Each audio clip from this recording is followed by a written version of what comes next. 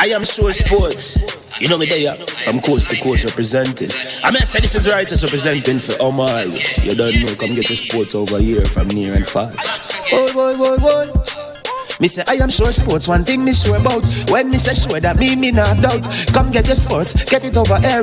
Come subscribe, repost and share. I am sure sports, one thing me sure about. When me say sure, that me not doubt. Come get your sports, get it over here. Come subscribe, repost and share. If me not sure, that me not say it. Know who score, that me not say it. Never know no game play, that me not say it. If me never see no game, me no know who play. For your sports news, better come over here so. For your soccer news, then come over here so. If you don't love sports, still come over here so. For the day done, you are gonna love over here so.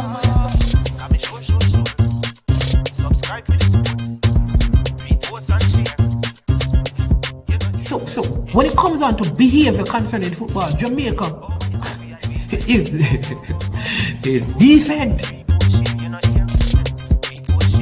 I am sure that if we can get all of these things done, set in place by the end of April, it gives us enough time before the World Cup campaign. Not afraid of no Brazil, no Argentina with these crapper players. We are good enough. Remember, like, subscribe, share. Listen, comment, let me know what your thoughts are.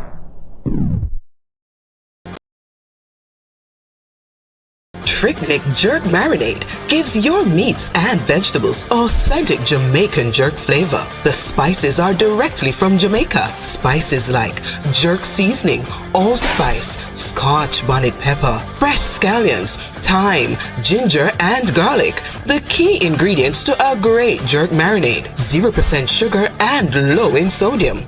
You want to try it?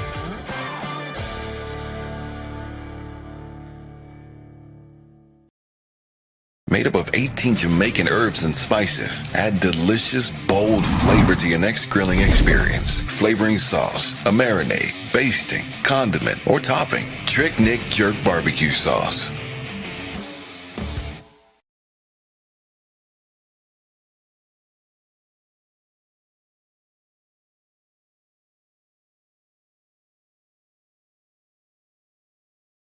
All right. Good afternoon. Welcome to I Am Sure Sports. As usual, I am your host, Manningsman, and this is our JPL preview and review game. All right. I know there's a schoolboy football game that is about to start, but this is going to be a big banger, top class show. So you have to watch it and then keep the schoolboy game on your, on your TV, on your phone. You can do both. Multitask, all right? So Charlie Smith just defeated Campion College, and Stats and St. Jago are about to play. Big up everyone in the comment section. Man like Riches and Royalty Sport, Travis Peso, Fresh God, Boss Thomas, and the rest of the works. Welcome to the platform. Remember, we had a man who said he had some breaking news. He had some burning stuff. His name is Brian Maiten. We're waiting on him. We call him the man of steel. But if he doesn't present accurate information today, we're going to call him the man of sponge. You understand me? You better believe that. So you make sure you come with some credible information. Big up to the sponsors of this, right? This video. The sponsors are Prestige Finance, lending a helping hand when you need it the most. Prestige Finance is located in Linstead, St. Catherine, Jamaica, and they're offering loans of up to 10,000 Jamaican dollars. There's no processing fee, same-day processing, and only 0 to 4% interest rate. Just call them and let them know that you heard about them from I Am Sure Sports, and you will have your Christmas tree and your pepper lights for Christmas, because they will give you money that you didn't work for, but you're going to have to work to pay it back. Also, big thank you to Launch Legacy, where they handle risk and they seek legacy for all your personal insurance needs in Canada and the USA. Visit Launch Legacy at launchlegacy.com or call or text them at 647-989-0782. Launch Legacy is that place that when you stop working for money, they will get your money to start working for you. Baller Car says, check. And then Fresh God said, Manins, I didn't know Linval Dixon was the coach at Haile Selassie.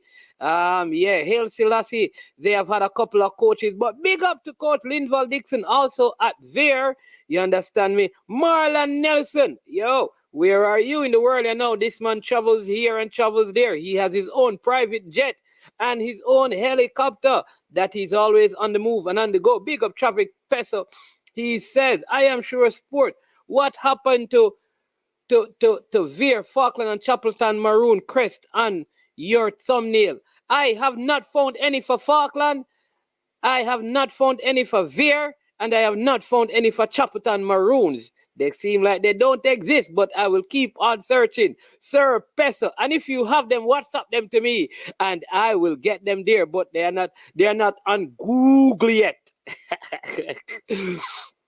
But yes, people, so Campion College have been knocked out of this year Manning Cup 3-1 by Charlie Smith. But it is the JPL show, and we have with us, as usual, Mr. Rudolph Speed. He's one of the 4 teams that suffered defeat last round. We also have the man who is off screen in terms of his video. His name is Brian Myton. They call him the Man of Steel. But today, we will wonder and contemplate if we should change his name to the Man. Sir Brian, welcome to the show. Good afternoon. Yo, man, I hope I saw the sermon. Them interested when I keep them, you know. No, you listen to me. Don't you listen to me. You listen to me. Come on, man. You know how we roll. But there, man. Coach Speed, how go on? Yeah, man. Thanks. Yeah, man. Yeah, man. So you want me to begin with you, sir? Brian, you want to begin to punch your shots right now? No, man, you can start with the boss. No, man, the days of the youths, you know. So we have to start giveaway now, and make the youths go first, no man. But I have a question though, Mr. Speed. Yeah. Maybe you're not the best person to answer the question, but I think you should be aware. Why is the Mount Pleasant logo on all the Premier League teams' jersey? With the exception of Cavaliers. It was an error. It wasn't supposed to be there.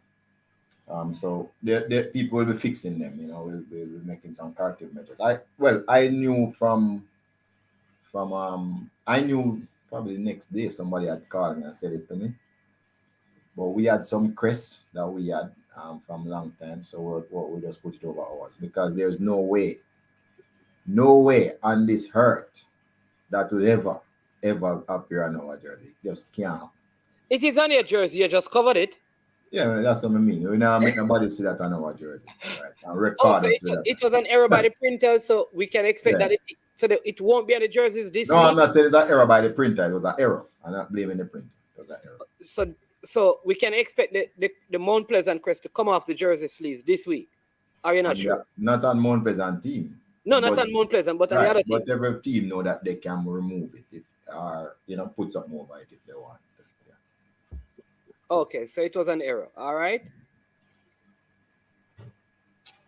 Yeah, and then Mullines played in the last season jersey as well. Yeah, because just like Cavalier, they are not doing that. How you know that? You don't worry about how I know it. I'm just telling you, just like Cavalier, they are not doing that. That is unheard of a Manning's man for that to happen.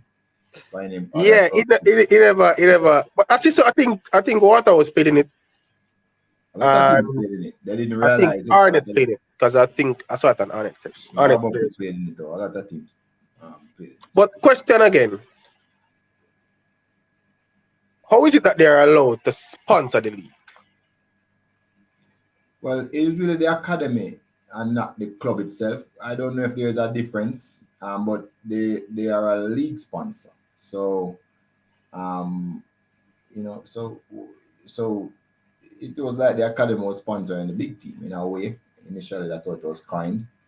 I mean, it was something that we discuss and talk about the conflicts if there were any.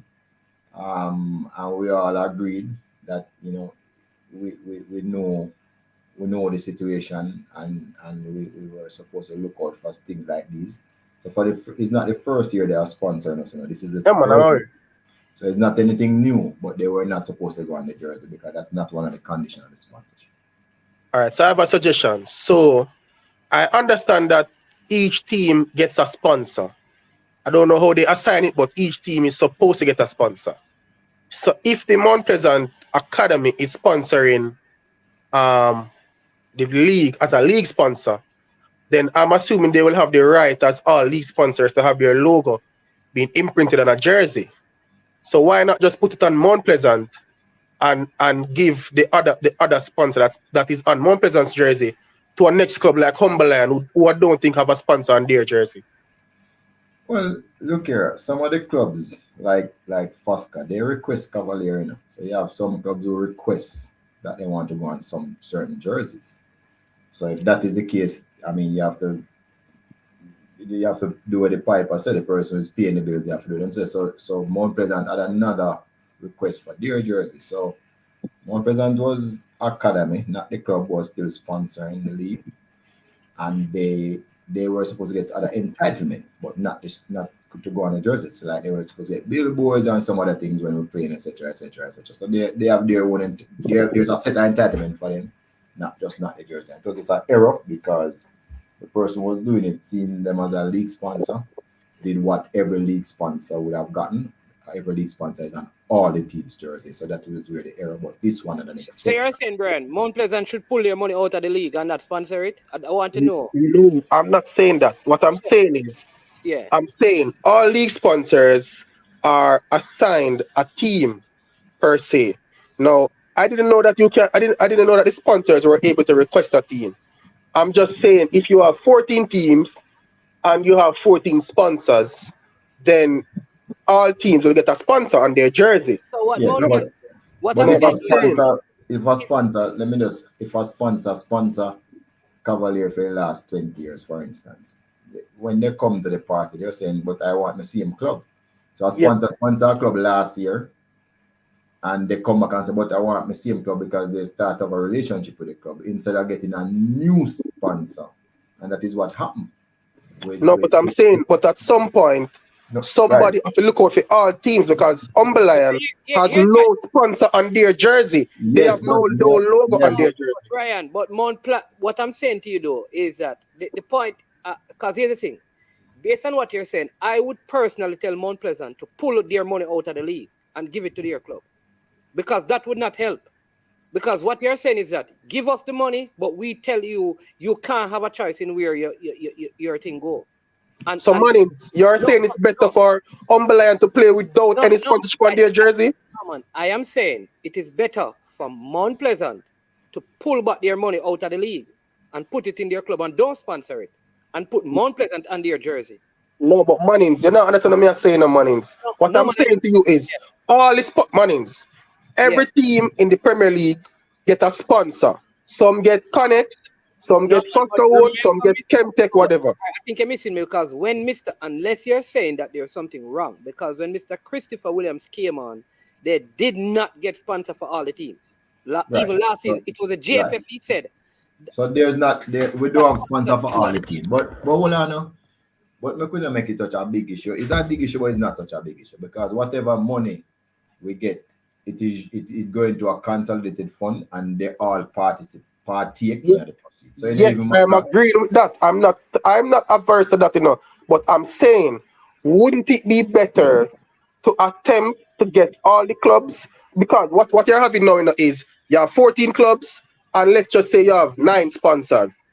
You have 8 sponsors who are assigned to clubs, and 1 sponsor who isn't assigned to anybody, but is still sponsoring the league.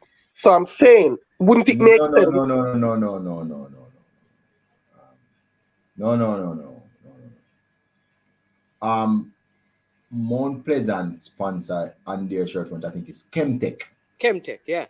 Yes, I know. I know that, but I'm saying the academy, who is a league sponsor, is not on any jersey. Yes, so who's going to wear them on their jersey? But nobody. That's why I'm saying the clubs are going to have an issue to put Mount Pleasant on their jersey. So I'm saying put Mount Pleasant Academy on the Mount Pleasant football team thing So that's and move the sponsor to a next club. Brian, But you know, your brand say, hold on, you know, your Brian. brand say, No, Mount Pleasant, Chemtech, want Mount Pleasant. No, man. So, Brian, what I'm saying to you, Chemtech want their sponsorship to go toward Mount Pleasant, and that's where they want it. So, what I'm saying to you, the solution is to say to Mount Pleasant, keep your money. Why you don't just stop that monies, man? No, that's the solution. Your brother, me have to go ban you as the host of the show. I hope your internet just go away, man. I hope your internet go away, man. No, because that is not my solution. But you want Mount Pleasant have a sponsor on their jersey. You want them to remove that sponsor from them jersey, give it to somebody else, and put their own. In other words, you're saying that advertise yourself, Mount Pleasant, on your jersey, and put the money into the Premier League. That can't work. No, Mannings. I am not saying Mannings. I am not telling them what you see. What you're saying, you're using some very strong words like remove and them stuff. But that is what it means. But Mannings, all I'm saying is, I think, Mannings, maybe my way can't work, you know. Maybe them not gonna listen to me too, you know. So I think it would be better to engage the sponsors and try and encourage them to sponsor a next team or to have their logo affixed to a next team. No, hold on, Mannings. No, if you try that and them say no, you know, there's no other, they can do again, you know. So it's gonna stay the same, you know. So me not say if you force them, I tell them say move them logo or whatever. I'm just a say I think it would look better if all of the teams them were able to get a sponsor on them jersey. Me not talk about the money or the money share up because everybody know that go already. But me just a say you have a sponsor who is not affixed to any team, and you have teams who don't have any sponsor. Now, who knows? Maybe, you know, maybe if the idea was sold a different way to probably the clubs or whoever, they probably would be more inclined to have the logo on it to say Mount Pleasant Academy. The only thing is, you know, is that people know say they are one in the same. You can't. It's like you can't separate the academy from the club. So maybe that's why a club now want them thing on them jersey, you know. So what me I say is, me think the best way is to try and encourage a sponsor. Now if you try and the sponsor say him nah move, you know, then you can't do nothing. But I'm just a say, so I mean I know if them try, you know, because maybe they very well would have tried. So I'm just a say, if they haven't, that would be a good suggestion. I'm not saying the people they must take their money or they must not put their money. That would be for the best interest of the football. I just say, I think the PFJL can try to encourage the sponsors to pick a next team. I don't think nothing wrong with that. All right, go ahead. I like so you try if you tell Fasca to pick a next team. Them just not, most likely them not gonna do it. So you have to understand, Brian, people spend their money and ask what they want. Chemtech don't want to sponsor nobody else but Mount Pleasant. I'm sure if you tell Chemtech to put them shirt, them thing on anybody else shirt, them will tell you no. I am 100%. And Conserve It had to struggle to put it on anybody else because they wanted Mount Pleasant as well, because they are part of Mount Pleasant.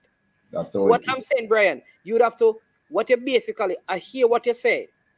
So the only solution really, you know, is if you have somebody who is in the league, because the other thing that can come up, you know, a club can say, we don't want nothing from Mount Pleasant advertised on our ground. And a club have a right to do that. Nothing at the situation we're playing now.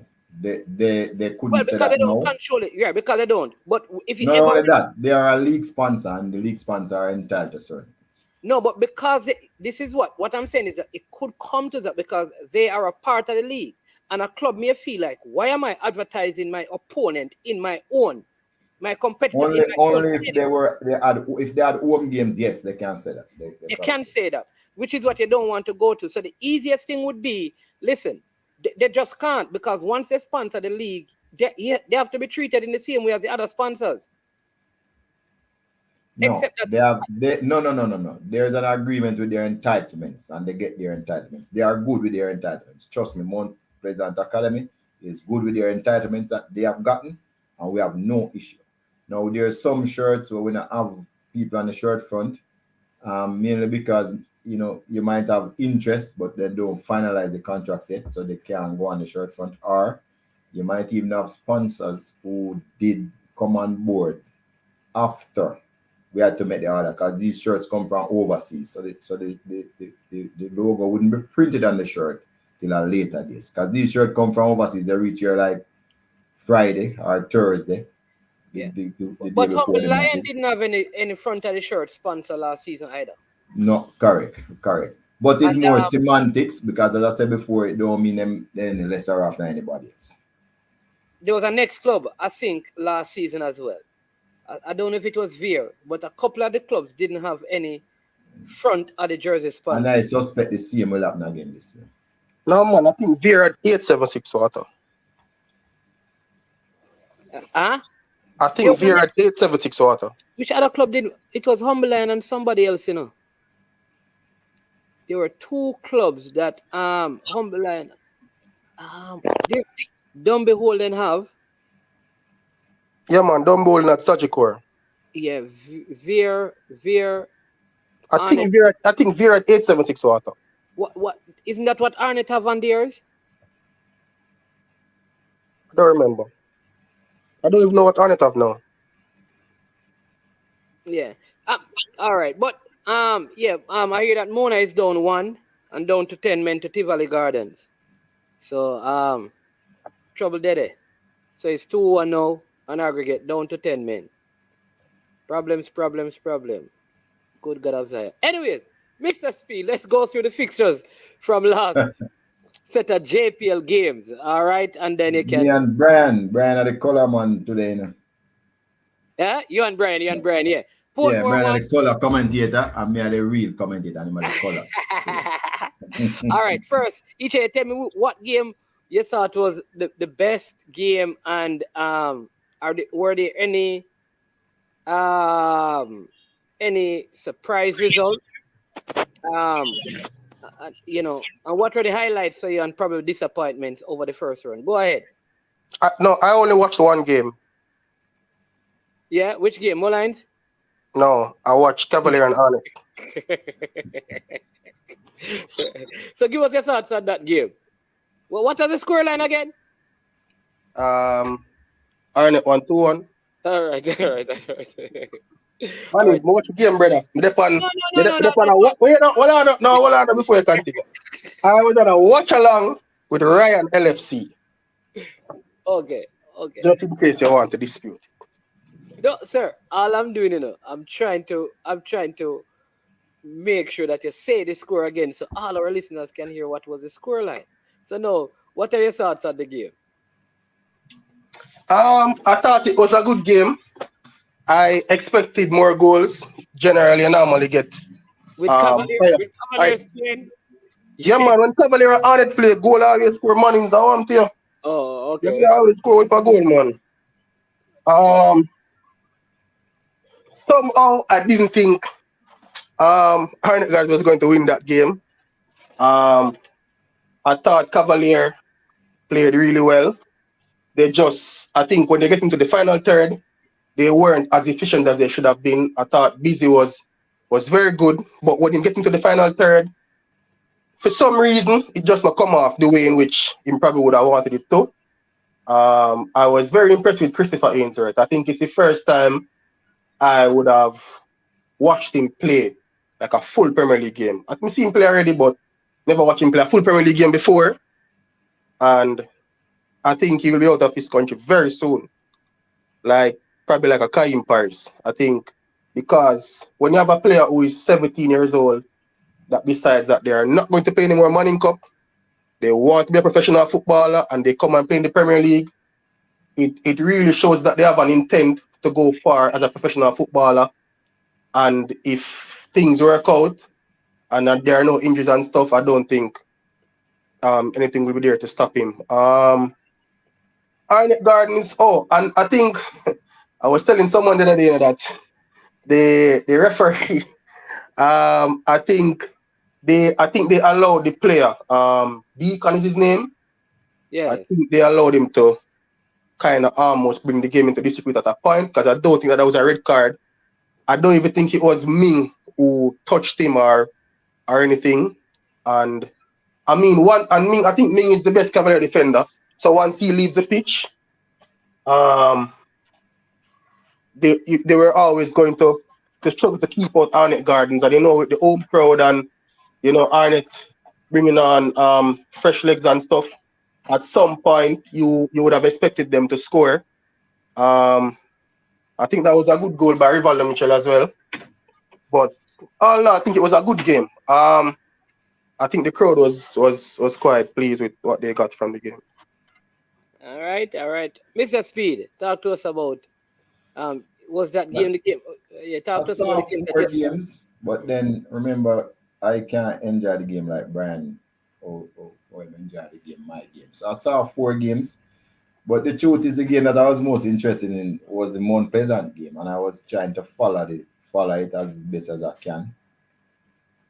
I thought that game probably would have been the most enthralling because my understanding is that Falkland scored in the 22nd minute and held out until the 78th minute when they got a red card. Then Mount Pleasant got the tying goal and the quiet goal in the 88th minute. So I'm sure it was exciting and everybody, feel good.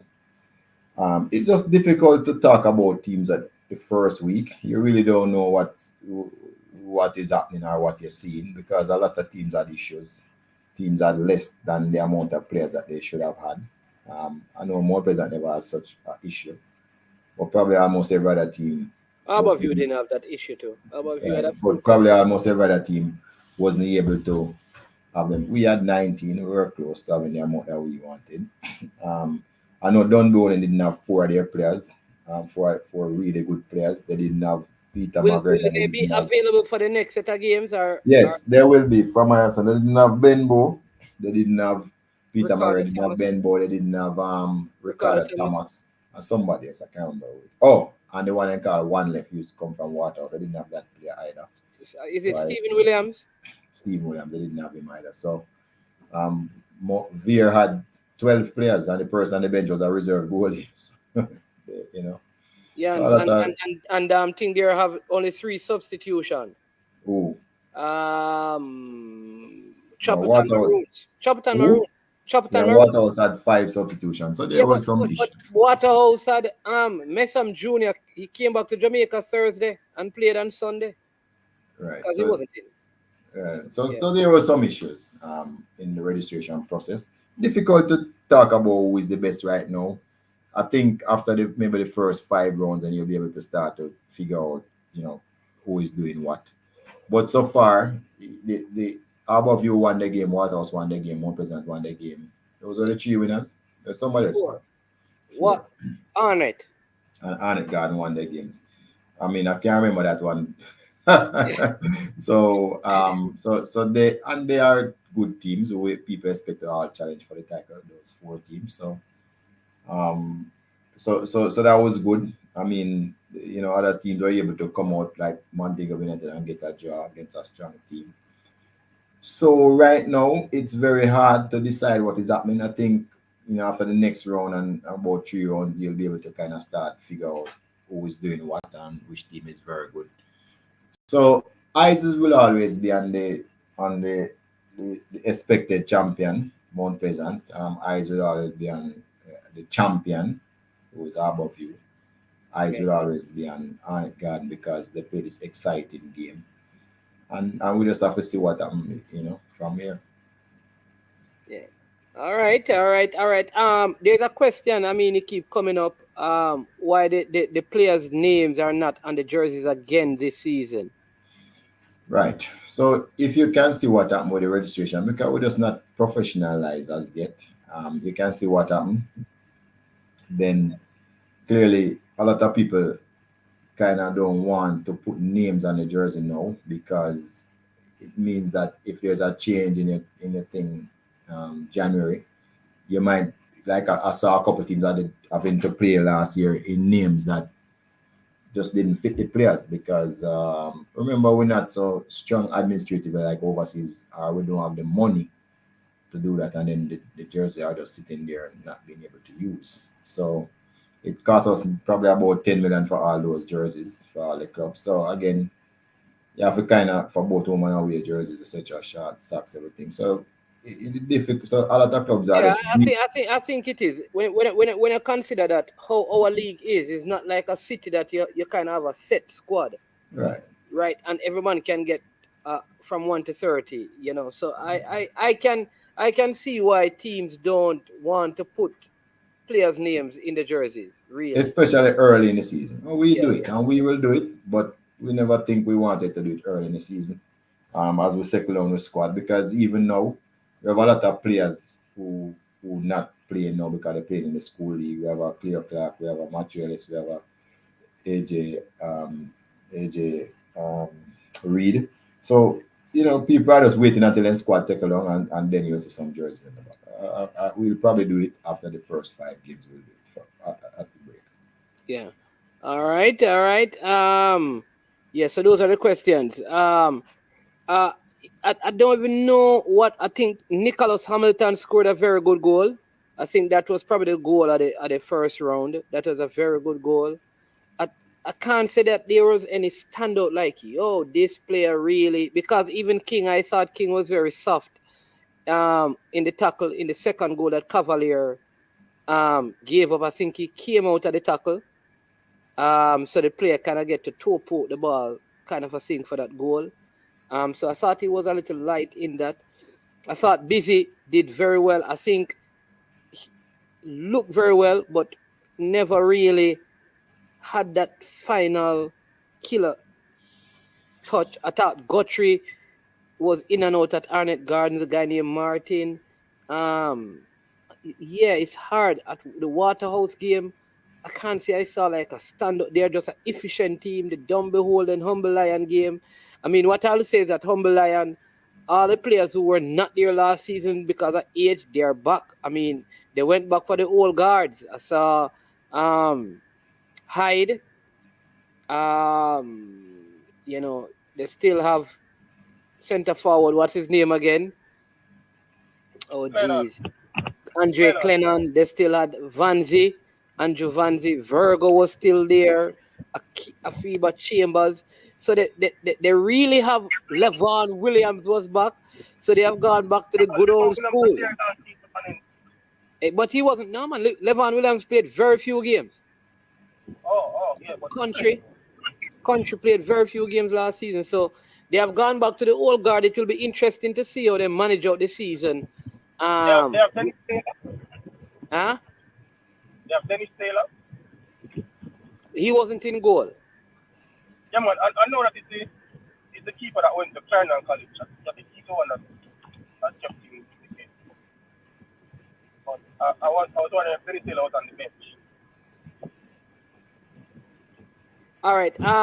Travis Peso, what is the question? Fresh God had a question. And answer that.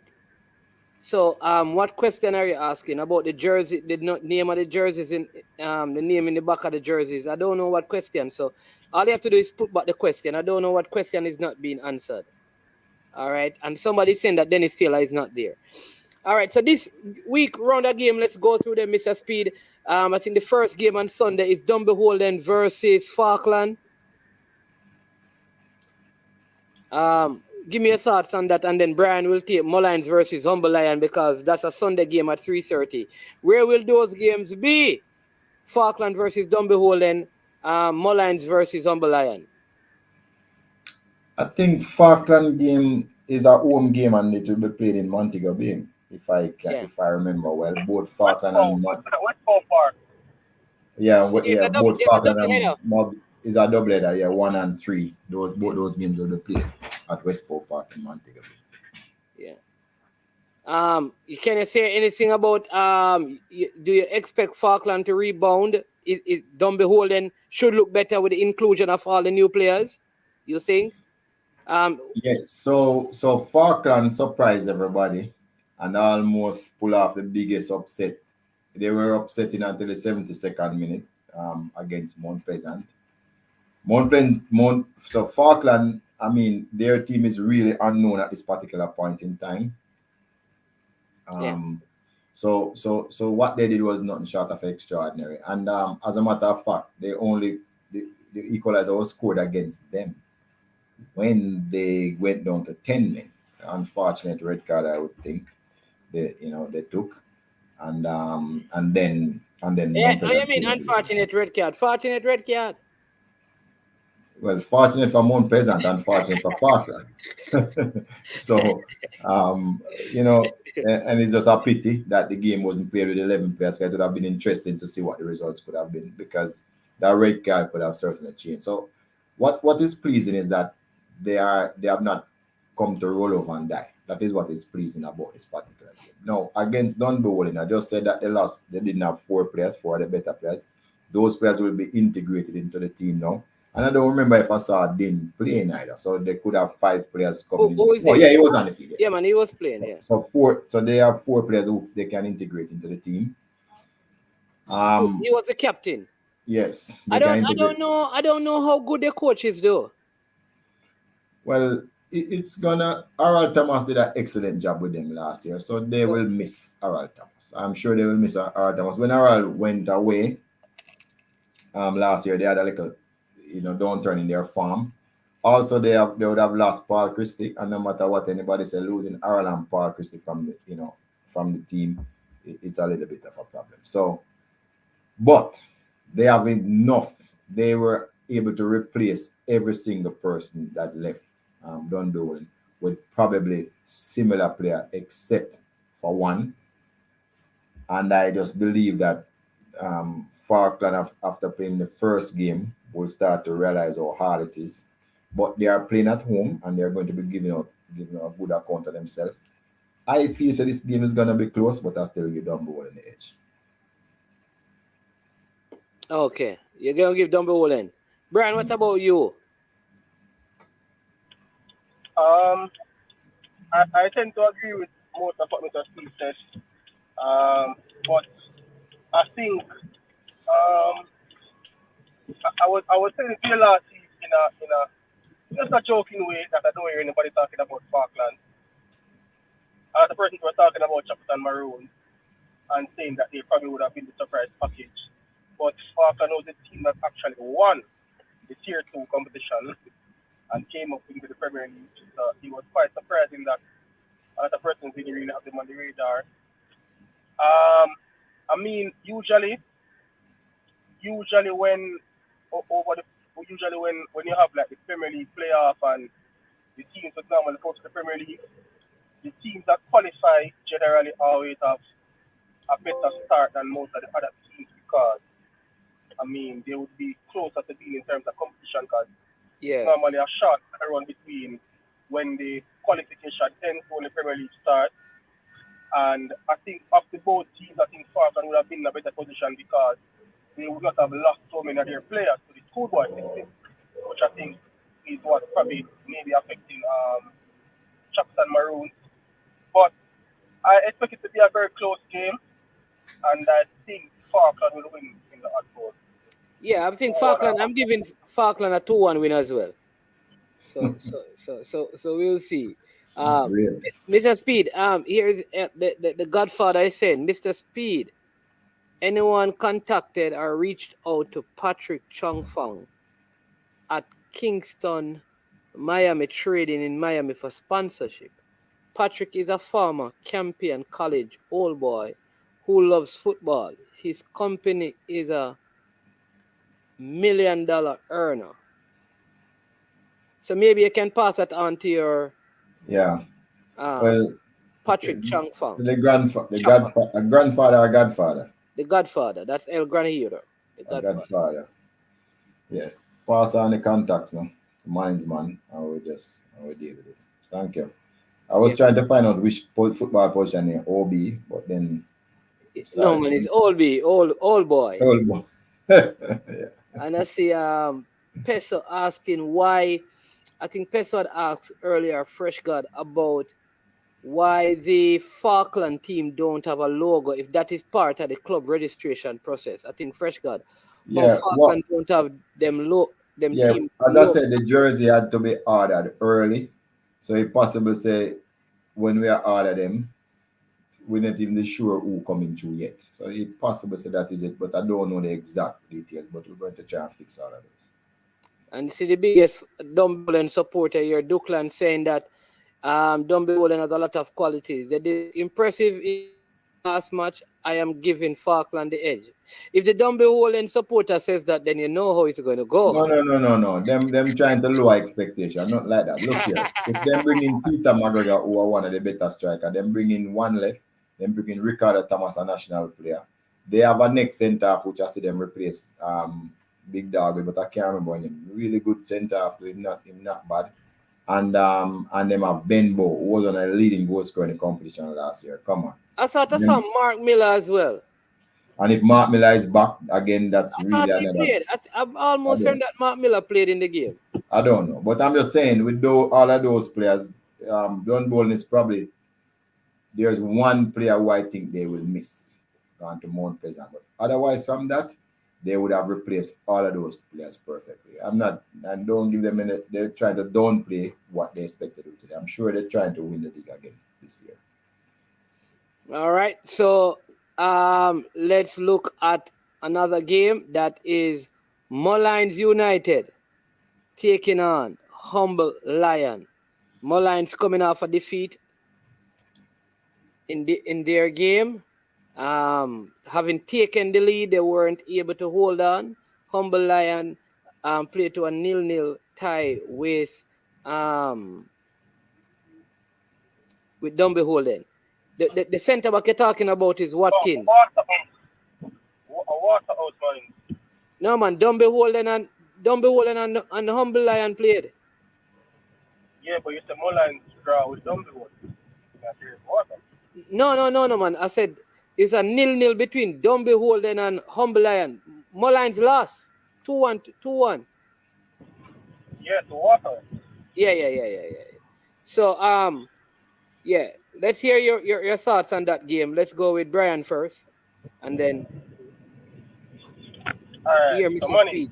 Yeah. Remember the last time I told you, that one thing for sure, Mullines will score a goal. Yes. Problem they have is trying to stop people from scoring. So, and I don't think that Humble Lion possess that certain goal as some other teams. I know they have Clennon, who's a very experienced striker, but I think in the last 2 or 3 Premier League seasons, Clennon has probably scored 3 goals, 4 goals, thereabouts. And they have, as you said before, they have a lot of experienced players, but some of those players are quite aging. And I think the younger players at Mullines may allow them to get the better of Humble Lion. The truth is, I don't think Mullines has quite solved the problem from last season in terms of keeping clean sheets. So I suspect Humble Lion may be able to score a goal. So I'm giving Mullines the victory 4-1. If Humble Lion score, if Humble Lion score, I can tell you this Humble Lion winning. If they score, they are winning. If Humble Lion scores, Humble Lion is going to win. So if you're going to... Because I don't see them conceding a lot of goals. But you're picking Mullines to win what? 2-1? Correct. All right, Mr. Speed, what about you? So the 5 times Mullines and Humble Lion have played before. Humble Lion have won 3 and Mullines has won 2. So there's not much to choose between them. They have scored 4 and 3 goals respectively in those 5 games. So Humble Lion scored 4 and conceded 3 against Mullines. So that is how close the games have always been. Only 1-0 separate them all the time. So yes, Humble Lion is aging, but they're not at the age yet where they're going to give up anything. They know how to play. They're going to play cagey. Them stern and resolute. They believe that they can do better than last year. And that's the bigger Thompson's the one standing up and calling most of the shots. He's been groomed by Andrew Price. Andrew Price sit down and let the younger charge run through things. Bigger Thompson is actually a very good coach. I think he has a lot to offer. Mullines on the other hand has a very young team. And when I saw Mullines, I don't I was astonished that Mullines was able to lose that game, to be honest. Mullines actually scored first, then they got another ball at the goalkeeper, run out of the goal, and Mullines had the ball at their feet from about 40 yards and couldn't put it in the goal. I'm Then telling you. then Mullines beat the goalkeeper and the ball was rolling in and a guy who was standing in the offside position knocked it in and the referee took back the goal. The ball was going in, Yeah. Mullines definitely was just trying to lose the game in my mind. Because if they had gone up 2-0, then they would have been able to win the game easy. So they're really far from being organized and know to fight for points. I don't think Umberland have any such issues. So I'm going to say that I give Umberland the edge still at this stage. Mullines can surprise, but they have a lot of work to do. Listen, I like the fact that they have this former Arnett Garden players at the center of their defense. So they have made some changes to their defense line. They also have Brian English, who used to play for Cavalier. Yeah. Who played? So they have a good team, I can see this game play 1-1. Yeah, it could be a draw because none of them, as I said, they play 5 times and one score 4, one score 3. There's nothing separating them really. One win 2, one win 3. And I think the forward that they probably purchased to kind of make the difference, he's injured. I don't know if he will be back. That is Russian Sharp, because he was pulled out of that game very early. So yeah, but I think the up front, it seemed like the Mullines players, I'm not familiar with them. I know they have is it Winter on one side? They seem to be a young team up front, but at the back they have some experience, and in the middle of the park, and Peter Harrison in goal is. But I think up front they may need to add some quality up there. I don't think they have properly replaced. I know they have Jason. What is Jason Wright? I didn't even see him. Oh yeah, Jason Wright actually came on, but I tell you that I couldn't understand how Mullines. No, he didn't. No, he wasn't in this squad. He was injured. Oh, he wasn't? No. Oh, I saw him in a practice game when he came on. Yeah, I don't know what. Yes, I didn't see him. So, but maybe he will make a what I difference. found with the Umberland team this time, even though the players aging, they don't have any belly. They look to me like they were training, and that is why I think they're gonna do good. And I think they believe that they can do good. And it's a unit that will probably have what you call some chemistry because of the persons who I see come back here. So I am not writing them off because they're one thing I know them of, they will be very smart and they can get some physical, and if they remain disciplined, they'll cause a lot of problems. Because Dunbowling is a good team and Dunbowling was able to get the better of them. But I think if Mullines get a center forward, which are very hard to find in Jamaica, who can put the ball in the back of the net, that will make a huge difference in their squad, because I think they have some good young players all around. So maybe that's something they can look to do in the January window. We also Umberland lost Murray, who was their captain. And they haven't replaced him. Jebison was playing well there as well. They have not replaced him. They have this guy called Shoeshine. I didn't see him as well. He was at Phoenix Academy. Don't remember his correct name, but they call him Shoeshine. Raylan Paisley. I didn't see him as well. His name is Raylan Paisley. Raylan Paisley. Yeah, I didn't see him. I don't know if he's injured or something, but he was also a noted absentee there. And I mean, he was creating a lot of free kicks and stuff. And here, Fresh God is saying that the team lost about 7 young players, which is not a good thing. And I don't know. Maybe they're waiting until the Dacosta Cup is over. Shoeshine played? Really? Yeah, we were the number 24. What? I mean, if you watch the game again, he was on the field. But he was MIA. Because I don't remember seeing him still, but yeah. All right, so that's that game. Then we have Jamalco. Well, Veer, sorry. Veer versus Cavaliers. All right. And this is at, I think this is at Wembley Center. Excellent, Mr. Speed.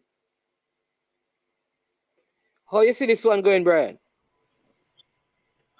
Well, I have not seen a lot of Veer. Well, I have not seen any of Veer at all. I know that last they would have lost maybe a few players. They lost their goalkeeper. Well, two of the goalkeepers.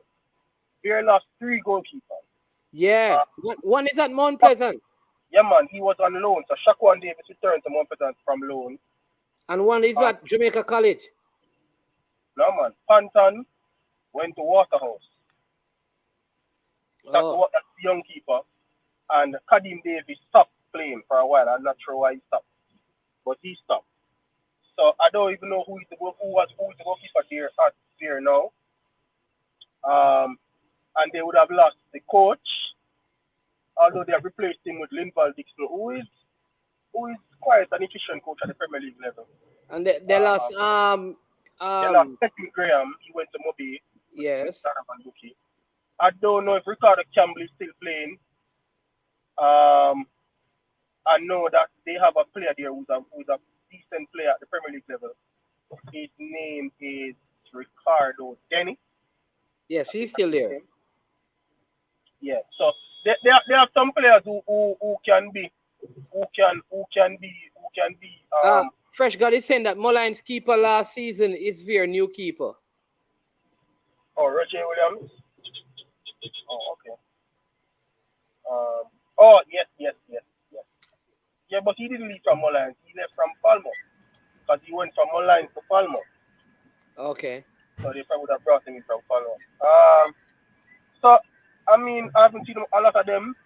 And they would have lost their coach who, Donovan Duke last year, made them a very resolute team in defense. They were very hard to break down. But, so I think with him gone, and I don't think that Veer would have brought a lot of quality players in the transfer window. Well, I don't know who they would have brought in, but I don't hear a lot of notable players going to Veer. And with Cavalier, fresh off a loss against Arnett, which they will be without their captain, though, one of their better defenders. Yeah, we have Cavalier have some issues. We don't have a captain, and we don't have Gadiel is touch and go. We don't know if he's be ready. While we have replacements, these players have never played a Premier League game before because we're really down to about 9 players who play more than 5 Premier League games. So we have a little problem too. But continue, Brian. Sorry, I shouldn't have come in on you. Yeah. So, but I think Cavalier will be good enough to go to Wembley and get a positive result. So I'm picking Cavalier to win by 3-1. Cavaliers concede again. That will be their 3rd goal for the season. They don't normally concede. You're sure they're going to score on Cavaliers? Jadine White, I don't know. That first goal, I don't know. Cavalier has a defender that I think he has a goal. He has a mistake in him. Lang is his name. Like every time I see, if I were a coach, I'd say, listen, be close to him. He has a mistake in him. Every time that I watch him, go ahead. You know that there was a time last year when I thought he was one of the better defenders at Cavalier. He can defend, I will give you that, but he has a mistake. Every time I watch him, he does something silly. At least once in a game. It's one of the problems I have with Jadine White as well. Very good goalkeeper, but Jadine White has a mistake in him too often. He has to become more consistent. I don't blame him on the goal, but there's an opportunity that...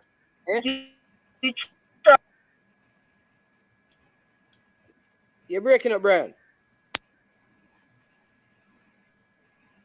Go ahead, Mr. Speedy. And that's something you have to get out of Leng's game, though. Right. So, Cavalier and Veer has played 5 times since Veer came back in the Premier League. When they came as Jamalco, Cavalier was out. So, we have only met 5 times since. Cavalier has won 2, drawn 2, and Veer has won 1 of the games. Cavalier has scored 7, and Veer has scored 2 goals against Cavalier. Cavalier actually have a very good record, better than the club's average against Veer. Veer would have retained most of the structure that Duki left there. They are missing a few players, but the defenders are basically the same players. So they have retained that type of dogged defending. No man. Kevin Graham not there. Dwayne Campbell not there. Kadeem Williams not there. I said the defenders. When I look in the back line, the captain is there still from last year. Who? Ricardo Campbell? Yeah, he's there. Okay. The other, the tall centre half, he's there. Lumsdale. Yes, the short left back from Arnett. Well, used to live at Arnett or live at Arnett Garden. He's there still. So that's 3. So I would say it is there. They still play tough defense. They have a system that they high press.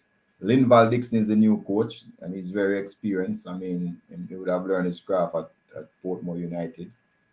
So I think they are a formidable team. Last year, Anadoke, they went off the boil early in the season and near the end of the season. Didn't do so well. I think they come second to last or third to last, one of those positions they finish. I don't know if they are a better team this year. I doubt it. They still have Ricardo Dennis, who is a good. They still have the twin who are quality players. So they have some players there. You can't take them lightly. But again, they play the first game, and nobody knows really how good everybody is in the first game, because who you're playing against could also determine how you look. So, but I'm going to call this one for Cavalier, definitely. Should come back with the truth. Really? Didn't know you were going to pick that. Yeah. Veer other. Well, I think he probably might be 16-year-old now. I think he used to go to Charlie Mount. Is he still up there? I think he may now be playing. Cohen is his name. Yeah. Yeah. Because he would have been playing schoolboy football, but his team is out now. Okay. Yeah. He's there still. I'm not sure if he's in the squad. All right. What Mobile United under the new leadership of Donovan Ducky host Waterhouse at West Pow Park. Well, let me go first, because this one is going to be very, very interesting. Hold on, let me just say, people, listen, it is Super Friday. You know what to do. Hit the like button, subscribe to the platform. Please share the content. All right, for those of you who have been waiting, make sure you do a super sticker, super chat to support the channel on Super Friday. Go ahead, Mr. Speed. This is a super game because Waterhouse is going to lose. But go ahead. Waterhouse and Montego Bay has met 38 times since record was the last 38 times they have met. Waterhouse has won 14, Montego Bay has won 14, and 10 have been drawn. This is a real rivalry. And nothing separates them. Clearly, Waterhouse scored 49 goals, Montego Bay scored 51 goals. Only 2 goals have separated these two teams over 38 games, which probably is about. You're talking from when Mobile United was SEBA. Yeah, well, so it's the last 38 games I see here where records are being kept. So this is probably over about 15 years. Okay. Right, something near 15 years. And I think the reason why Mobile has the edge with goals is that 6-0 that they give them. It's what, 6 or 5 in the final. You remember that match? Yes. So that could have Williams, Owen Garden. Right. So that is why I give them 8. So this is an evenly matched team. Now Mobile has worked tirelessly after becoming dead last in the Premier League last season. They have acquired the services of Donovan Ducky, the only local A-licensed coach, completed A-licensed coach in Jamaica. They have gotten players like Rodave Murray from Dunby Holing is there. They also transferred in Kevin Graham from Veer is there too, because he played. Right. They transferred another big player. I can't remember who. They have another big player. And they also have 3 players from overseas in their lineup. So I expect Mobile United to be a totally different team from what you have seen people are seeing last year. Totally different team. And when I look at the Waterhouse team, I am not convinced yet based on what happened in the Mullines game, because I think Mullines could have been 3 goals up before Waterhouse made their comeback. If Waterhouse and Moby is playing at their home venue, I think is probably the first upset for the season. Yeah, they have Roddy Murray. I don't know, and I think they have somebody from Alan Atty who scored for them. He scored the equalizer. He was at Mount Pleasant last season. So Alan Atty is there. Yes, Alan Atty is there and playing exceptionally well. I forget him. And he's not as chubby as he was at Mount Pleasant. And his brother who was injured is there as well. Yes. They have 2 very good goalkeepers as well, you know. Well, 2 very good goalkeepers. But I think it's a different team. And the Wellington brothers are still there. They have a good team. Yeah, it's a different team. So you're going win for Mobile United. First upset of the season for a team that was so low down to come and win. That's the first upset of the season. All right, Brian, what say you on this one? Well, Donovan Duki, one thing you know you'll get from him, he'll be a very difficult team to break down and to score on. Brian, to bring in some quality players that they probably were lacking in last season. Mannings, I think Waterhouse has lost a lot of players, and I think it's going to be difficult for them to go down to Westport Park and get a win. But at the same time, I think Waterhouse, even though they have lost a lot of players, they have brought in some quality players as well, likes of Kenroy Howell and stuff. They have this player that was at Phoenix. What's his name? Dante Duncan. I think he scored in the El Clasico. Yeah, he didn't look so good on Sunday though. Oh, okay. But I think he's a quality player. So I am but the truth is I'm going to agree with Mr. Speed. I don't think it probably will be an upset because of where Mobe finished last season. But I think last week Mobe came from behind as well to earn a draw against Portmore. Against Portmore United. So I am picking Mobe to win by 1-0. And I think if Mobe score, I don't think they're going to lose, because though Waterhouse is a good team, I don't think they have a lot of the quality players that they had last season, which will be able to break down this Mobile United team. That is where I think it is. I don't think they will be able to break the lines and stuff. So I am going to give Mobile a 1-0 victory in this one as well. Over Waterhouse. You understand me? Sorry, Fuzzy. Sorry, CF fans. You know, we're just picking. You understand me? I am sure that we could be wrong. Then you have Lenny Hyde going up against his Chapleton team with 14 or so players. Hope they get some more players. They're going up against the Brazilian coach Tivoli Gardens. Tivoli Gardens had a drawn game against Veer. I don't know. I mean, when I heard that, having not seen the game, I almost think like, oh, Tivoli Gardens can't be as good as they are then, man. So, yeah. What Brian, what say you on this one? I don't have much to say except that at the back end of last season, what I saw of Tivoli, I thought they would have come into this season starting off on a high. Maybe Tivoli Gardens. Where's that game going to be played, Manins? Where's that game being played? That game is played in Kingston because it's a double header. I think, let me see. Let me go back. Yeah. Tivoli versus a 5:30 game. I think it's at Arnett Gardens or Stadium East. I think it's Stadium East. Stadium East, yeah. Okay, so Tivoli Gardens is one of those teams that you can hardly ever bet against them. despite the form that they may have in the table and stuff, they're a team that on any given day they will just come out and put in a very spirited performance and can beat any team. Um, I think, well, I'm not too sure about the transfer window in terms of players they brought in. I know they lost Steve Barnett, who was their leading goal scorer last season, and they have lost Warner Brown as well. So, Yeah. but they have a player there, Diego McKenzie. I think he scored in the last game. He's a decent little young player as well that can get goals for them.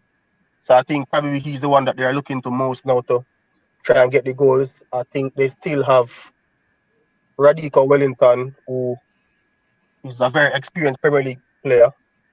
I haven't seen much of Tivoli, but I mean, and the way and I think Veer, I think Veer having lost some players and not necessarily brought in a lot of players to really bolster their squad.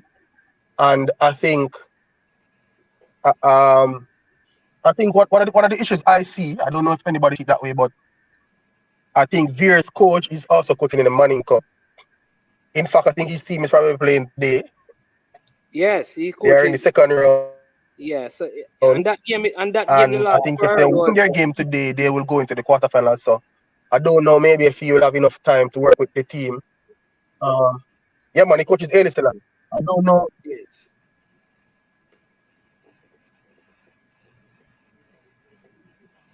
So, look like we have lost Brian there. Mr. Speed. So Oh, um, go ahead, Brian. I'm Yeah. expecting Tivoli to win by a goal to nil. Okay. I All do, I right. do, I, you hearing me? Yeah, man, we're hearing you now. Yeah, man, I'm expecting Tivoli to win by a goal to nil. Okay. All right, Mr. Speed, what say you? Right. So Tivoli Garden, I mean,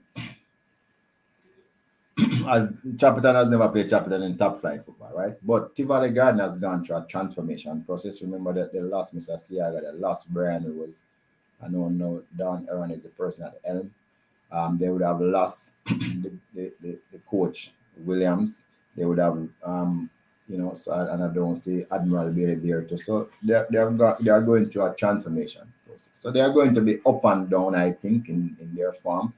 It's not easy for a coach to come in and change a player ways, even in 3-4 months. Sometimes it takes a longer period. Unless you're a coach that have a professional players, then that's a big difference. So they have Tivoli has, kind of gone back with some players like I think his name is Powell. They kept their same simply squad that they had from last year. People tend to forget that Tivoli came third, beating Mount Pleasant in 2021. They barely missed the playoffs by goal difference in 2022. Remember they had to beat Cavalier by 5 or 6 goals to go through in that last game, which was not going to happen. They still won the match 1-0. So I thought Tivoli has done well in this period that they're coming back from all those huge losses that they have. So Chapleton Maroons has come into the league. I've seen the players. I mean, they were not overhauled, and I expected them to play like that because of who the coach is. But I can't see Chapleton Maroon coming and getting even a point in this game, and I expect Tivoli Garden to carve out a win and carve out a win. I don't think it's gonna be a big win, so I'll just say by a difference of 2 goals. That's what I'm saying. Yeah. Chapleton, they missed some goals in the last game. They don't defend well, so they have to score their chances. And I think they were missing too many. I believe coming into the Premier League, you need some players who have played in the Premier League at top club. No matter how experienced your team is, you need a little bit of how much quality your team have. You need a little bit of experience in it. I think they're going to suffer because of lack of experience. I see those forwards having a hard time against players like Pennycook and Barrington Price.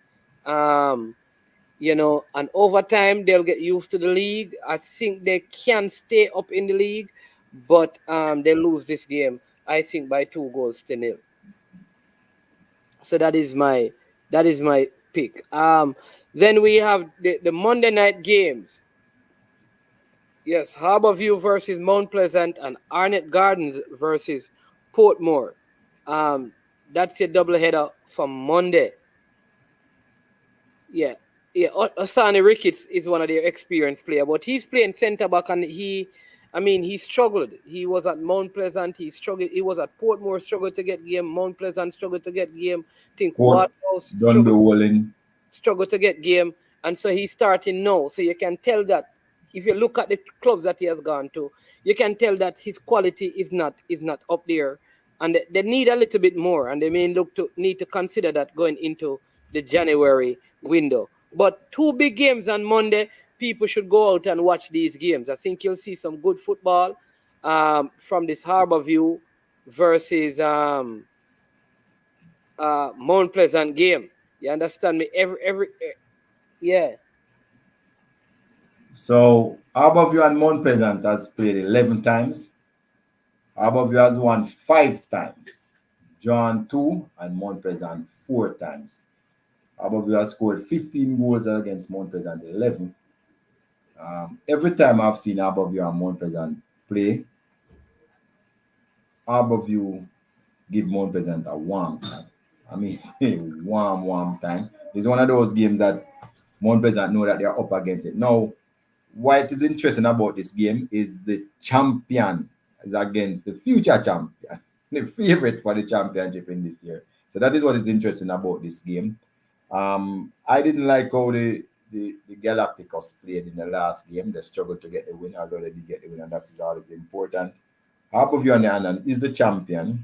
I was just informed that they are out a couple of players that wasn't in the squad last week. They could be like Trevor Henry. They could be in the squad this week. Would make them a little bit more formidable. Mount Pleasant actually have, when I look at people on the bench, Handleway, Harvey, Doc Silly. When you look at the best recruit from the academy, what's his name again? Devante Campbell. Devante Campbell wasn't even in the squad. I mean, when you see all of those things, you start to wonder what is happening. Here is a team, Mount Pleasant, that have the bench. Krakow, who they purchased, was on the bench. Krakow was on the bench. When you look at the team, that Murray was on the bench. Roddy Murray didn't start. Ladiel Richie didn't start. Murray was on the bench, not Roddy. He's not Roddy. It's his first name. No, man, not Odean, right. So when you look at all of those players who wasn't even on the pitch, some of them didn't even get a game.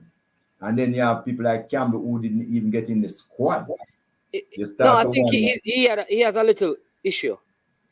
I don't know. He wasn't in the squad. So you start to say no, that this is the favorite. So is the favorite expected champion? We're all about crowning them champion because of what they extended. And the current champion, and I tell you, that's going to be a game and a half. Harborview players are much better than Falkland players. Harborview players are better coached. They have 1 year of chemistry and gelling together, which some people like to talk about, although I don't really believe in it so much. But I think this game is worth going miles to see. Anybody who is a Premier League fan, go and watch this game. Regardless of what happens, it's going to be interesting.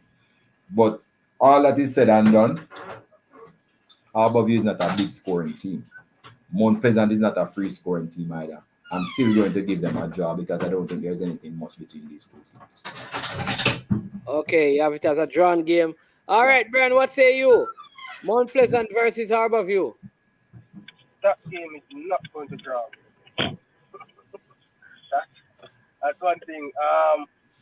But I think Mount Pleasant, Galacticos, they have bought all the players that money can buy to help to win a Premier League title.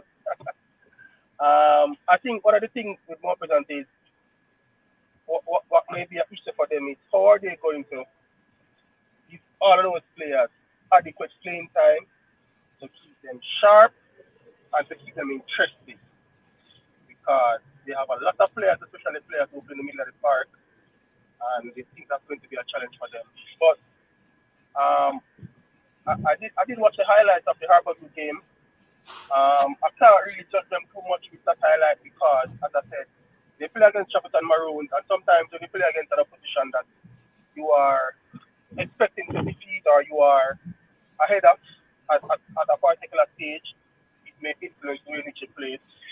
thought, based on the highlights that I saw and what I've heard from other persons, I thought Nicholas Hamilton had a very good impact on the game. Hamilton is what we call a Premier League veteran. Even though he's not yet age 30, but he has played a lot of Premier League, and I think it's the first time since since he's left Cavalier, I think it's the first I've really seen him, and he looks like a player. Based on the highlights, he looks like a player that is motivated to do well. Probably want to go back overseas. I think he scored a brilliant goal. That is the goal of the round. So I'm expecting goals to be scored in that game. Mount Pleasant were down 1-0 to Falkland for a very long time until Falkland got a red card. But I think persons were also saying that Mount Pleasant were very wasteful in front of goal in terms of their chances. So I am expecting that game to end 3-2 in favor of Mount Pleasant. Yeah. The one thing I'll say is that I think these two teams have similar problems. Like Colorado Murray scores but not often.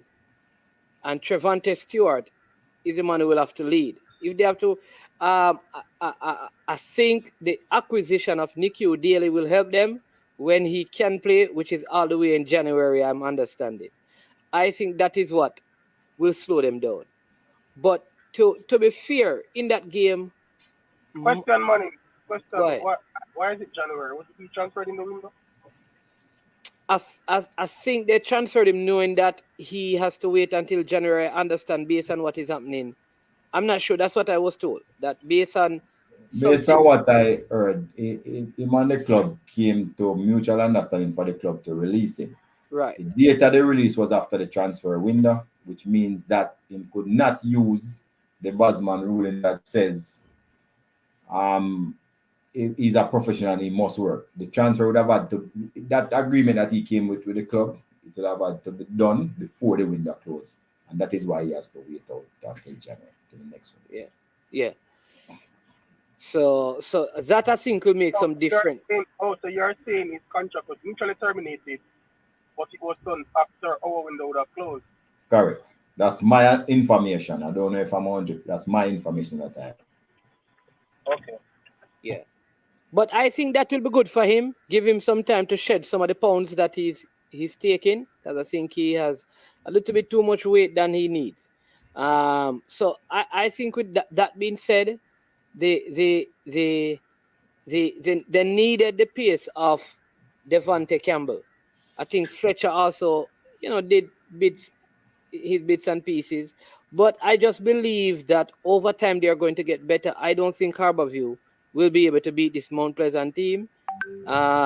Given how they set up defensively, that was just like one of those goals that should not have been scored. Poor defensive communication and stuff. So I am going to go with oh my Lord. I am going to go with victory for Mount Pleasant. The Galacticos. I don't see a 3-2 in that match still. That's my only problem. I don't see any 3-2 with Harborview. I see a 2-1. 2-1 I'm going. 2-1. But Reed, Lawrence, and Preston will be back for Harborview. That's a lot. That's some more strength coming back. That's what Fresh guy is saying here. Yeah, that forward that they use. Oh geez, for Robinson missed some goals, for Harborview in that game, The farmer. Is Jamaica College? No, KC player. KC player Robinson. Yes, he missed a few goals in that game as well. Then you have Arnett Gardens versus Portmore. I was not impressed with Arnett Gardens, I just think I don't know. I think somebody need to sit them or Deacon down and tell him that, brethren, play some ball. Mine, that will not happen. That is how Deacon has been for many years, and I don't think he's changing.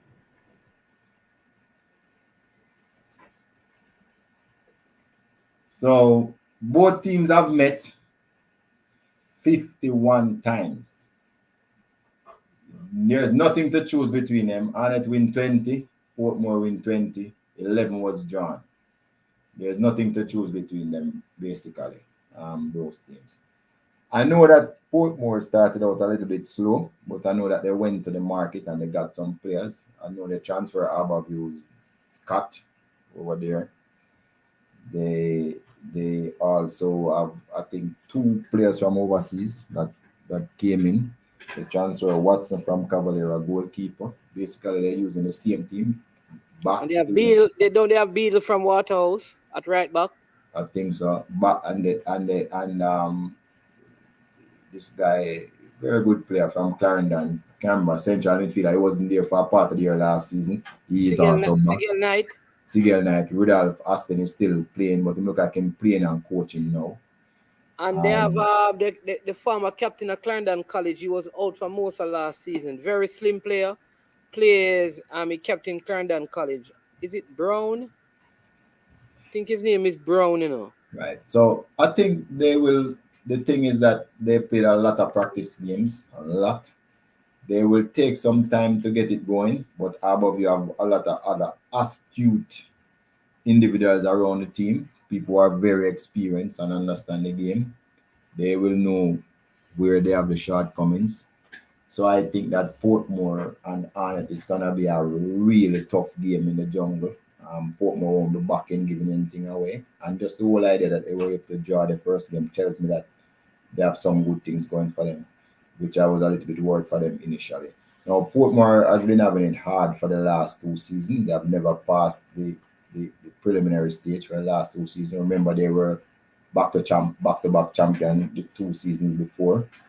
So their fortunes have sunk a bit. But I really believe that Arnett got, in my mind, scored 2 set plays on Cavalier for a long time. They were second best. I wouldn't have thought that Portmore will be overawed by them. And I just think that, again, people is going to see a different game from what they came expecting. It's not going to be a walkover anyway. As a matter of fact, Portmore was so good at drawing games last year, and I'm going for a draw again. That's what I think will happen. Yeah, I think I'm going to pick a draw in this one. The player name is Tajay Brown. But I hear that he's at Arnett Gardens as well. Based on what was on the website, on the JPL website. Okay. Along with DeAndre Cunningham and Malik Stevens. Okay. Well, I thought, in my mind, I must say that Deacon got the Oscar because he was acting from... Way before that, no? Yeah, I don't know. I tell people, like, I can't manage him. I don't know if he's actually playing football or he takes it because he does nothing. I just don't believe that professional players to try to get the other professional center. That's just me. I don't believe in not eating people off the ball. I just don't believe in those things. I believe football should be played in a particular way. But good to him. If that's the way he wants to play, it's fine. I just hope the referee them start to realize that he's making them look a little bit off and should deal with it at the end. So this time will come. I just can congratulate them for winning, and we'll be back. But I just don't think those are things that I like to see. But who is me? Everybody's allowed to do whatever they want. Brian, are you calling that one? Yeah, man, I'm going to info. I'm picking the game to draw. Probably 1-1. Fresh God is saying that he doesn't expect Deacon to change, man. The man is 26. Because I'm not changing. I'm surprised that the referees weren't quite alert to him because that's how he is. That's generally how he is. I think there was even a time when, what's his name, Irwin put up his hand. And the man drop on the ground and start kicking foot him start. Yeah, that was in the first half. Saying that, what is wrong with this guy? They should have dealt with him for that simulation. They should have dealt with him from there. But they knew nothing never happened to him, so they didn't pay him any mind. But they should have even spoken to him and said, "I watch you, So, I mean, he went down like an ox. When imagine his team scored. Instead of him going to celebrate with his team, he was there trying to fight to get the ball out of the goal. I mean, it's unusual. And then insist and and box the ball out of Ming and then him box the ball out of Ming and So I don't know, but that's maybe that's some people's style and they're happy about it. So I suppose it worked for them. Yeah. Yeah, all right. Fresh God, give you some score in the schoolboy games now. I know Hail Selassie were 1-1 at this time. Yeah, but like I said that how the Mona game going or the Excelsior game going. But good start to the season. I must say very good start to the season. I must say I've been very impressed with the surfaces. So yeah. That from what I've seen, the Arnett Garden surface seemed to be very good because even with rain, it still holds up. Not a lot of puddles and stuff. So kudos to the organizers for that. The Arnett Garden Ground is also stepping up and notice that they have all big screen, you know. I don't want to say TV because it's not a TV setup on the venue, so you can watch replays and all of that. You understand me? The jerseys are looking good, and that is good. So kudos to the league and the organizers. Right. But I mean, Fresh God said Ming kick him in the net. I don't know if that's the reason why they give Ming the red card. I think it is they thought it was Ming and him when Ming got the ball and he was boxing out the ball out of Ming. And I don't think the net incident was the reason why they give him Yeah, but it was. I think it was King that kind of eased him off. But yeah, I it's think just that was like a strength ease off because I think King knows him. So probably just like a no. What happened when I see it is somebody feet in trip over and just drop and go like somebody hit. That's really what happened in the last part. But it's fine. Fresh God is saying that he got three kicks in the net. I didn't see that, but I look again on the tape. I didn't see that. Yeah. But as I said before, he had no reason going for the ball. Royal Lakes look good too. Who's Royal Lakes? That's it. Down below and playing ground, field, surface. Oh. But no games were played there. I think only schoolboy games were played there. Yeah, no games. Yeah. But stadium is certainly looking good as well. It's one of the best surface stadium is. So the games tonight will be played there. So look, people, the Premier League in my mind going to be even better than last year Premier League. In my mind, but you won't be seeing the top shelf goals as yet until everybody get working and everybody have them systems planned out. But what I've seen so far, it's gonna be another exciting year. I can feel it. Most teams are able to retain most of their players, although we lost 12. But I can feel that the Premier League will be a better league. All of the teams that were below, they strengthen up. Moline strengthen up. They got a new coach. Then they get rid of Brian. New manager. Them get rid of new manager. So them really strengthen up them thing. So I think that I think this year will be better. Mount Pleasant straighten up so everybody know that after sharpen when you come play Mount Pleasant. So to me, this is what the Premier League should look like, and I'm really happy of what is happening. All right, Brian, anything you want to add?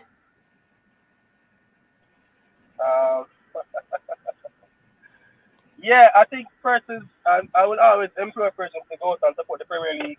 I think at that time persons come on the streams or wherever and they criticize the Premier League a great deal, but they don't.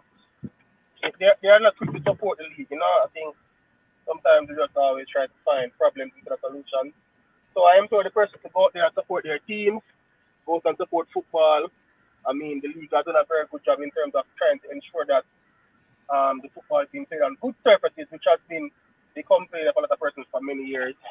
So the league is being played on good surfaces now, so you can go out and enjoy and support the teams. I think all the teams are trying to get up to that really, really professional standard. Some of them are slow to get there, but I think with time, everything will work out. So I think this weekend should be a good round of games, and best of luck to all the teams. All right. Any last words from you, Mr. Speed? No, that I think Brian took up the last word. So I just hope all the teams are able to get their players back, because I am not one to want an advantage because a team don't register the player. I just hope that the team do better and start to register the players much earlier. Somebody asked earlier if the schoolboys have to register for the Premier League. Yes, you have to register for the Premier League. It's the Premier League. You're allowed 5 schoolboys. Some teams will have issues like myself. We probably have about 10. So at various time, we just have to pick 5 and let them play. But that is how it goes. 5 schoolboys you are allowed to play each time. But they all have to register before they can play. Look here, on the system. Before you go forward, as it relates to the registration of players, do you think, I don't know, but do you think it may be a good option for the JFF to probably host, like, I don't know, like a seminar or something to teach the persons? I mean, I think most of the clubs have persons who are able to use the JFF Connect system. But do you think it might be a good option for maybe at the top of the Premier League or before the start for, I don't know if it's the JFF or the PFJL or whoever it is, to host like maybe like a one-day training session or seminar or meeting or something? So what the JFF help the club? Because I think one of the issues that a lot of persons are saying is they're not okay with the system. No, but what was done was that we had training session for all the parish associations. Each club is with a parish, so the parish is supposed to train the clubs. So because JFF can't keep on training clubs, there was also training for the Premier League clubs who were there at the time. So the best way to go about things is to train other people to train, and that is what the JFF had done. So maybe sometimes it's because people don't know, ignorance, and don't know who has done the training in their parishes. But there's always somebody in the parish. When you look at the system the last time, there's over 2,000 players registered on the system, and in the parishes, almost every parish has registered a club on the system. So the knowledge is there. It's just for them to go out and get it. Yeah, because the clubs have to use it to play the tier 2, right? Yes, and Women's Premier League, they all have to use it, and the Women's Tier 2, they have to use it. So in every JFF competition, you have to use women. But look here, clubs. It's not even a JFF issue why you want to register. Now, let me tell you why. Every player will be assigned a unique number now once you register in the system. This is a system that you're going to have to use to transfer players. You can't use any other system, whether locally or overseas. This is the system that actually generates the reports that tells you how long this player has been playing for you, so you can get training compensation, you can claim it from an overseas club, and solidarity payments, because this is a system that everybody have faith and trust in. So even if the player gone for free and 10 years time him come up playing for a club overseas, this system will keep the records of when you were coaching, training the player, and you'll be eligible for training compensation or solidarity. So I can't say anybody in football at this particular point in time is still wanting to have some other piece of paper all over the place. You will never collect $1 if your players is registered on paper. You must put them into the FIFA, JFF, FIFA Connect TMS system. Please, if you can't, even if you have to pay somebody to teach you, another club will know, go and pay, because in the long run, it not gonna work out well for you when one of your player bust out. Yeah, but the next thing is, as well, I think you pointed this out earlier to say, I think maybe the problem is the clubs are not necessarily aware of the persons who get the training in the parish. So I'm saying, if the JFF has trained the parish association, then maybe the JFF through parish association may have to probably make it like a stipulated standard to say, if you're going to play in parish competition, you must use this system to register.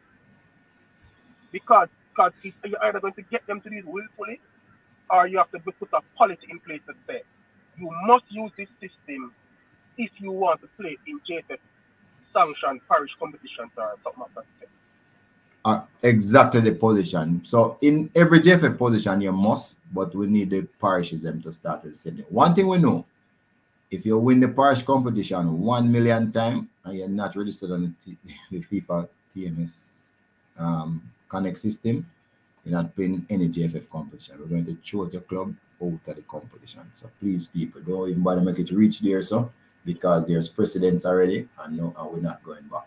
So with I was telling you that Portmore have Alvinus Myers, Dejal Augustine from St. Lucia, or Lester Joseph also, and Javid McFarlane. So that's 4, and then Sandino St. John from where is this country? And Charleston. Yeah, man. They are from 80. They are from 80. So they have 6 overseas players. Huh? Javid McFarlane was there from last year. No, I'm just saying they have 6 overseas players in their ranks. So they step up. Yeah, and the Haitian was there. Yes. Yeah, man. Yes, Charleston was there, but they get another one. So now they have 6 overseas based players. Okay. Yes, what I'm saying to you is I understand that you are saying that if a club is not registered on the Connect system, they cannot play in the JFF like Tier 2 or Women's Premier League or Premier League. Correct. Yeah. But what I'm saying, the parish leagues, aren't they sanctioned by the JFF? They are affiliates of the JFF. We're monitoring it, and we keep on telling them how much people doing it. So that's what we're doing at this point, monitoring and giving them information as to how many clubs in their parish. You have some parish have 100% usage doing it. So some are still behind, but you have some is 100 or some 80% they're close. So some people are using it. Yep. Yeah, but what I'm saying is, I don't think the gentle encouragement is that much of a motivation for the club to use the system. So I'm saying to you, maybe the JFF may have to look at a more stringent measure or action or policy to say. And that will happen. Yes, and that will happen because that's the direction we're going into. Look here, you soon can't transfer a player. You can't, as a matter of fact, you cannot transfer a player to a JFF run competition from another competition unless it comes through that system. So you understand what's going to happen? You'll be forced for now, we're not doing any punitive measure, but there's all the carrots why you should be on the system. Because if you are selling a player to Waterhouse and you play for a parish team, the transfer can't go through unless you're on the system. So those things are already in place. So we're trying to encourage now, but pretty soon, I'm sure, less than a year, that will be the case. No way. Well, I know from 2023-24 season, there's no way you'll be able to probably make a chance. Well, we already have it in place. You cannot make a transfer unless you're on the TMS system. So all the clubs who want to make a transfer must sign into that system. And you must have a bank account for the system accepting in the first place. So there's some issues here. Yeah. All right, people.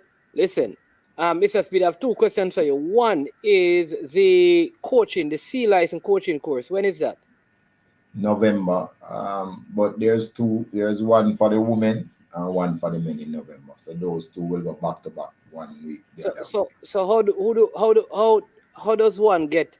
Is it that the federation select because it's a selected amount, so you have to select the priority people? Or like a YouTube coach like me can just what you need to do is sign up. What is the cost? For the C license is 60,000. Sign up with the JFF before, or call Mr. Peart, is the head of coaching, Andrew Peart, and find out how you sign up if you're not able to find a way to sign up. So that is how, suppose somebody listening now, because a couple of persons have been calling me, asking me when you're getting back Mr. Peart, because they want to do the C, they want to do the C because them coach. Mr. Peart is not hard to find, but I'm saying you sign up to the JFF, or just call Mr. Peart and make him tell you how. I really don't know how. Okay. But it's 60,000 to do the course, and it's in November. Yes, in November, we have a female-only course and a male-only course. Okay. Then next year, we have the B license course coming up. And if we get enough, and we want to do an A license probably later in the year. So all exciting things. A license in Jamaica, exciting things coming up in the coaching. Okay. All right. All right, Mr. Speed, want to thank you for coming on this, the JPL show. I hope when we have you here next week, you'll be wearing a different color, not black, mourning the loss of your team, but you'll be wearing some. And the killing suit, man. That's what I'm worried from now. You understand me? Also want to thank Mr. Brian Martin, who wanted to burn a fire on Mount Pleasant because Mount Pleasant is on team jerseys. And he said, call in the fire truck Mannings because I'm coming to blaze a fire. And that is why Mullines refused to wear the new jerseys because it had the Mount Pleasant logo on it. All right? But big up. Sir Brian, for sharing that information. Very good questions. Really, really appreciate it, man. I appreciate you coming on as well. Getting an update, I think the final score on aggregate, Mona winning by 3-1. So the second game ended 1-1 with Tivoli Gardens. They had a 2-0 advantage from the first leg. So they are through to the next round.